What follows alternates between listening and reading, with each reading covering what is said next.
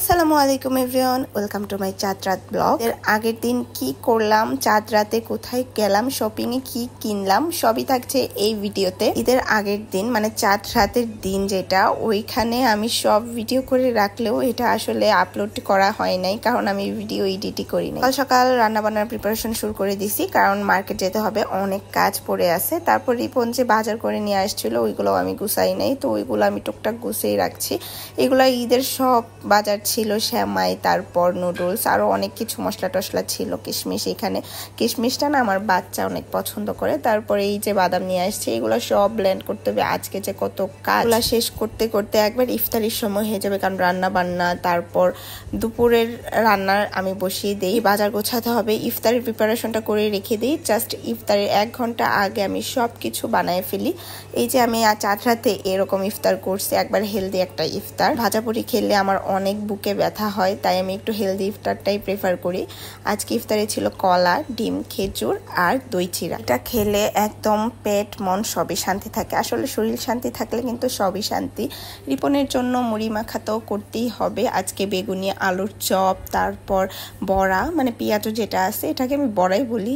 তারপর আমার জন্য গরম গরম জিলাপি, এটাকে আমরা আমিত্তি বলে থাকি, মোটা করে জিলাপি, যেটা আসলে অনেক মজা হয় জিলাপিটা। এটা আনছে, তো আমি 1-2 বার মুড়িটাও খেয়ে নিছি। তারপর ইফতার করি আমরা শপিংয়ে বেরিয়ে পড়ছি, কারণ রিপনের টুকটাক শপিং বাকি ছিল, পাঞ্জাবিটাও কেনা বাকি ছিল। আড়ংয়ে যে পাঞ্জাবির কালেকশন, মানে এইগুলা দেখলাম যে সবই শেষ পর্যন্ত ছিল, সাইজও ছিল, মোটামুটি সব সাইজই পাওয়া গেছে। গিফটের জন্য আমরা এই পাঞ্জাবিটা নিয়েছিলাম। গিফটের জন্য মূলত আমরা 2টা পাঞ্জাবি কিনছি। তারপর রিপনও একটা পাঞ্জাবি নিছে। রাইজে যেয়ে রিপনের জন্য একটা কমফোর্টেবল শার্ট নিল, হাফ আতা শার্ট। ইদানিং দেখছি রিপন কিনছে।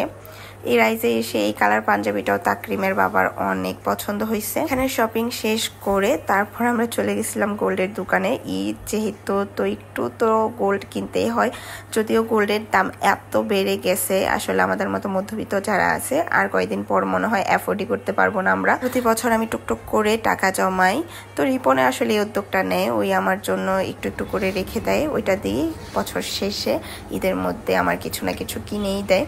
তারপর একটু পার্লারও চলে গেছিলাম, চুলের আগা কাটা মাস্ট হয়ে গেছিল, একদম এবড়ো থেবড়ো আগা হয়ে গেছিল। এই যে দেখেন, আমার কাছে না ব্রেসলেটটা সিম্পলের মতো খুবই ভালো লাগছে, এত পছন্দ হয়েছে কি আর বলবো।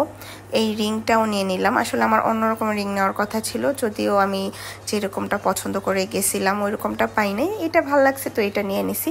তাকরিমের জন্য এই যে পিয়ানো, তারপর হারমোনি, এগুলা দেখছিলাম। আমার কাছে এই গিটারটা ভালো লাগছে, আমি মূলত গিটারটা নেওয়ার জন্যই গেছি।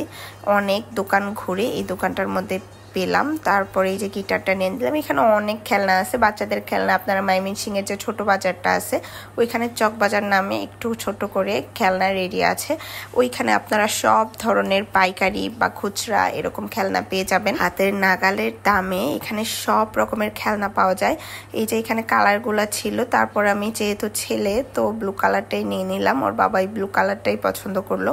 তারপর আমি জুতা কিনতে চলে গেলাম, জুতাও কিনা হয় নাই, ঈদের আগের দিন লাস্ট মিনিটে সব শপিং করা হয়েছে। আমি একটু কমফোর্টেবল জুতাই চয়েস করছি, কারণ যেহেতু বাচ্চা আছে তো ওইরকম ভাবে আমাকে জুতাটা সিলেক্ট করতে হয়।